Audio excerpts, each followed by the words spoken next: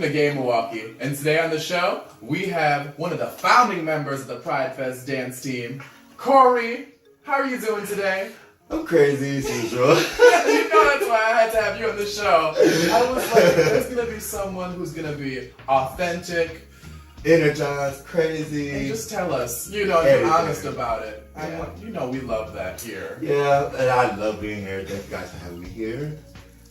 We're going to jump right into the deep end. Jump into it. So both of us, we are into interracial relationships. Right. Can we talk about it? Yes, I have an Hispanic boyfriend. I've been together for almost 5 years. No, he's not white. They ask you that. They ask a lot, like, oh, is he white? He's not black? Is he this? I'm like, he's Hispanic, and we're gonna leave it at that. Who asked you that? Multiple white people ask me this, or my own family members or friends. But they ask, a lot of people ask. It don't matter where I run into, they ask because they stop and just look like, oh my god, a black boy with a white guy. Like, really? So it puts a, why is you doing this? Like, it ain't necessary, but okay. You know, with Michael, you know, he's Asian and I'm black, and we get the stares too. That's not something you see every day. Right. Oh my god. Shout out to the Look, I'm like, no, but yeah, we have a lot of run-ins with that, with the problem of being interracial. So yeah, but we deal with it the best way we can. We ignore everybody that says bad, negative things about it, you know. But other than that, everything's working great. Yeah. So you said your family sometimes has opinions. At a certain age, I didn't want my family in because there was just a lot of judgmental things and a lot of discouraging words was saying to me. So at first, I didn't want them to be in my life, but now I'm like, the world can be in my life. I'm like, because everybody wants to be there for me now. So I'm like, I'm just taking everybody in with open arms. I think you and I have that in common. I think in the beginning, it was so hard to let people in because one person could really ruin it all. Yeah, and now that I think we're more in love with ourselves, we're just like, come, you know, we're an open book. Yes, they're like, oh, you look nappy head. Well, I'm like, thank you. Let me just tell you, can I just tell you, I am so proud of my natural hair champions. Yes, like, I am. Look, I've been through every word you can hear. Nappy head boy, this and that. And you embraced the name at one point. Buckwheat. I love it. Yeah, Buckwheat is my name, you guys. That's my name. I love it. I'm a little rascal, and I just embraced it. Like, I just feel like, yeah. Once I heard it, I stuck with it. Buckwheat, yes, I love it. Yeah, because I rotate hairstyles.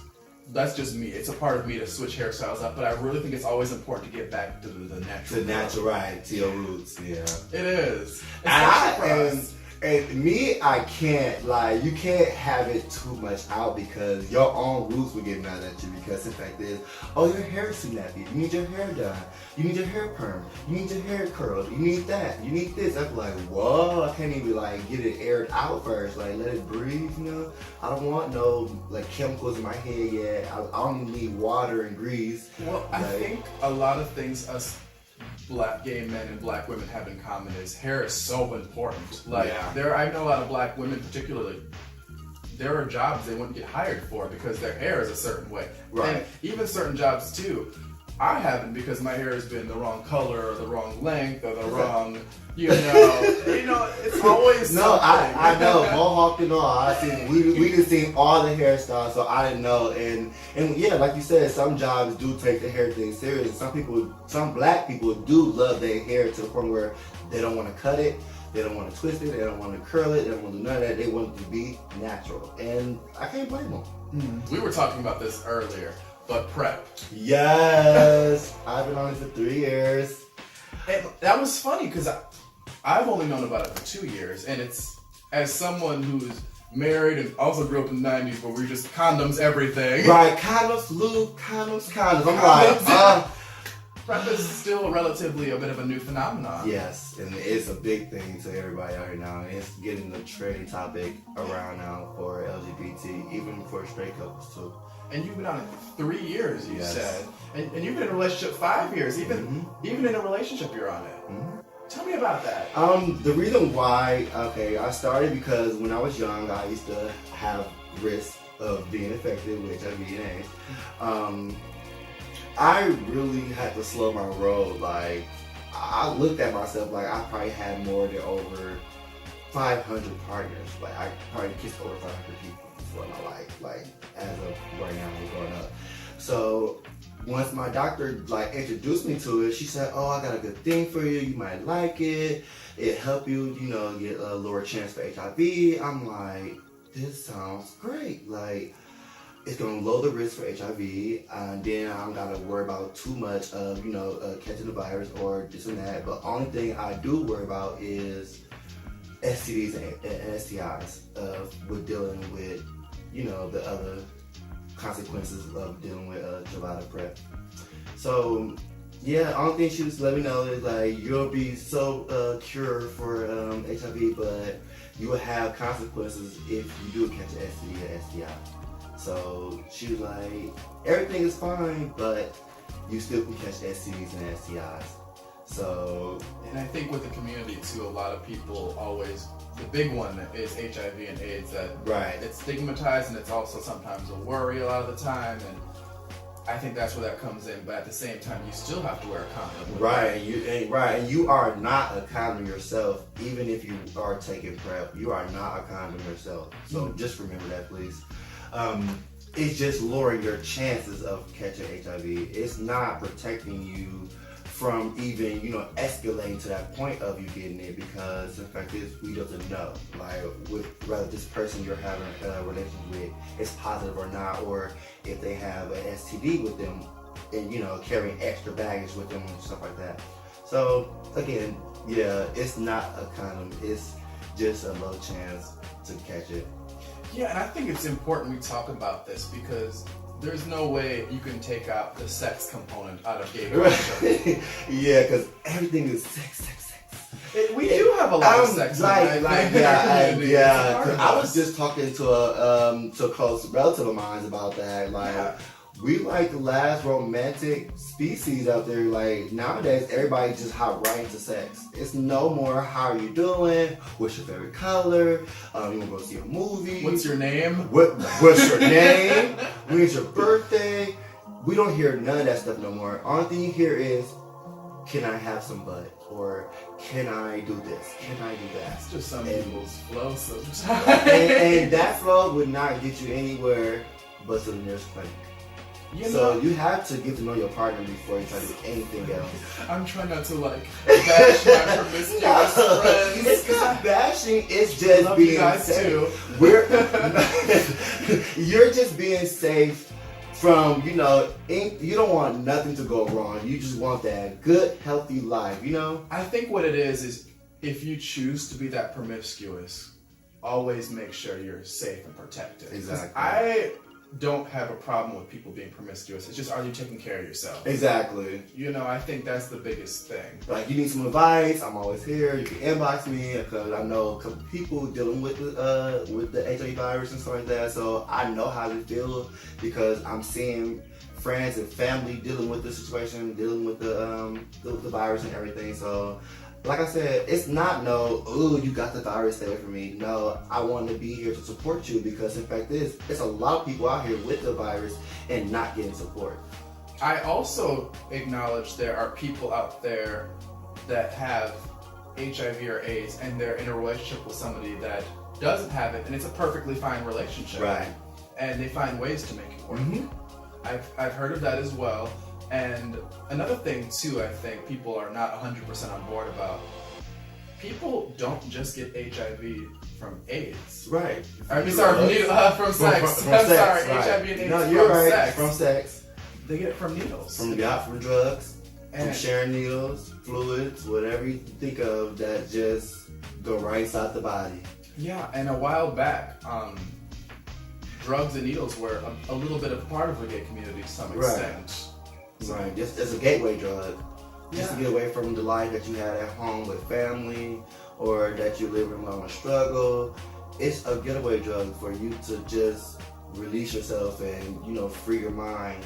You don't gotta worry about nothing else because you're floating on air. Especially since, particularly back then, in the gay community, we had a lot of issues that were not discussed, not really even identified. There weren't the most effective ways that we have today to go about navigating through them. That was a release, an escape, and we didn't have as much information about it back then either. Or research either. I mean, even growing up as a kid, like we were talking, when you're starting to your sexuality starting to come in, and we didn't really have internet back then. We had questions. Yeah, it was magazines and books and people we saw.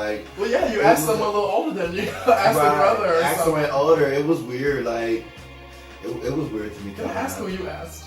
Who did you ask at first when you started figuring out the first person I asked was my cousin.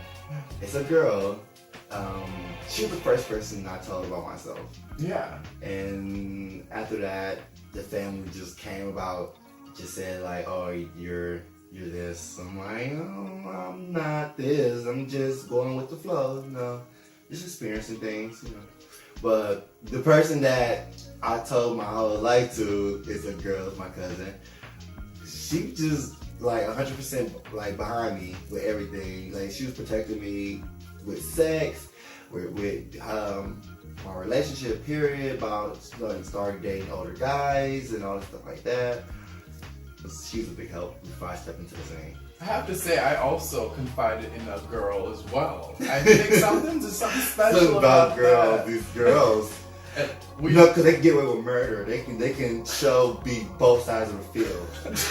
Well, you know what I think it is, Corey? I think there's something about a woman that knows all the things, the consequences that can come down upon you if you do something wrong, more so than a man, generally. And I think that's why they can hold the business and secrets of ones that close confiding ones. They can hold it together really nicely.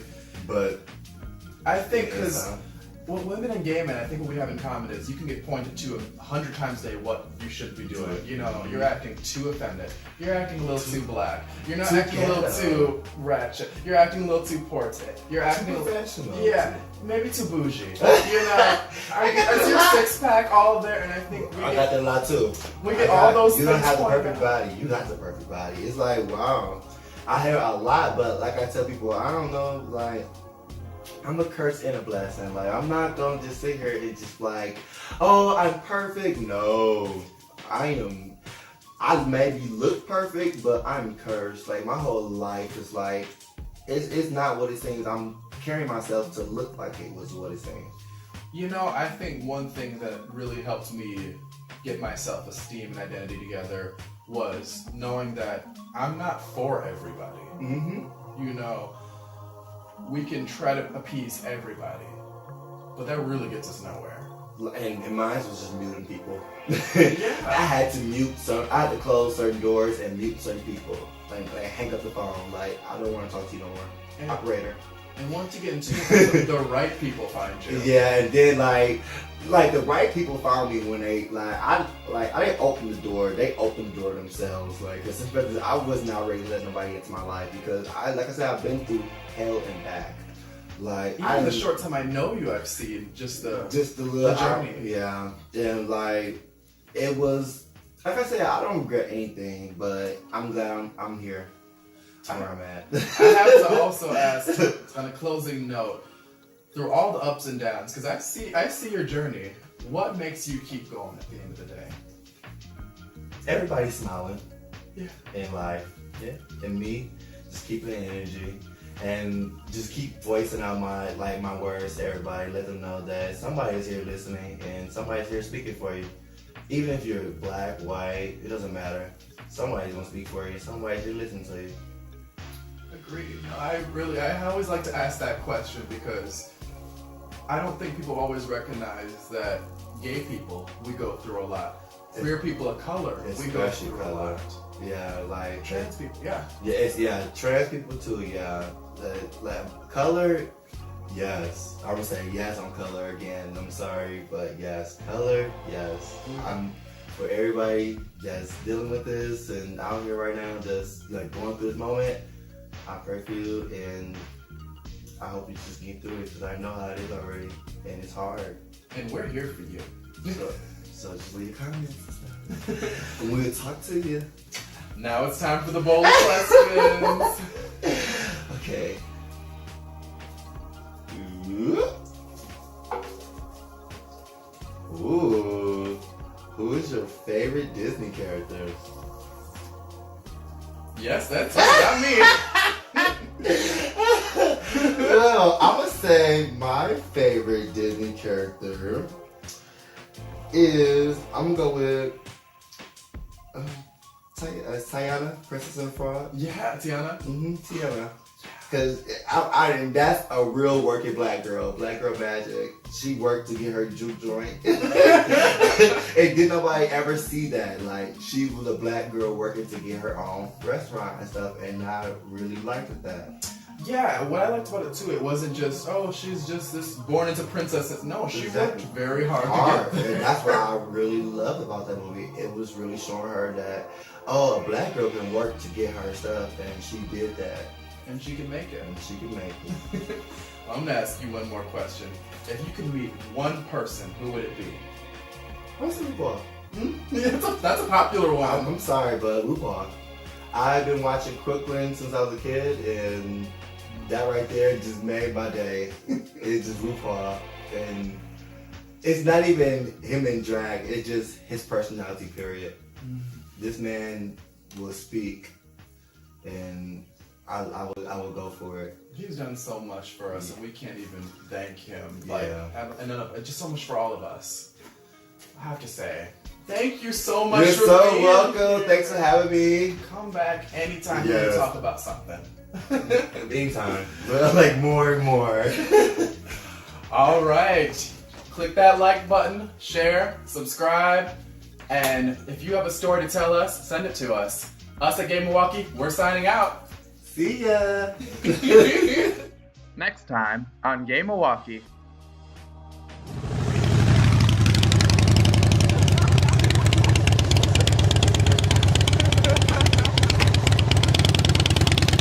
See, what you don't know is I had my cool face on, but inside I was screaming. I have to ask, does that happen with you guys? Whoever's riding with you, they're just terrified in the back? I actually have a partner who rides with us. Yeah. So his first time on it, he was kind of like that.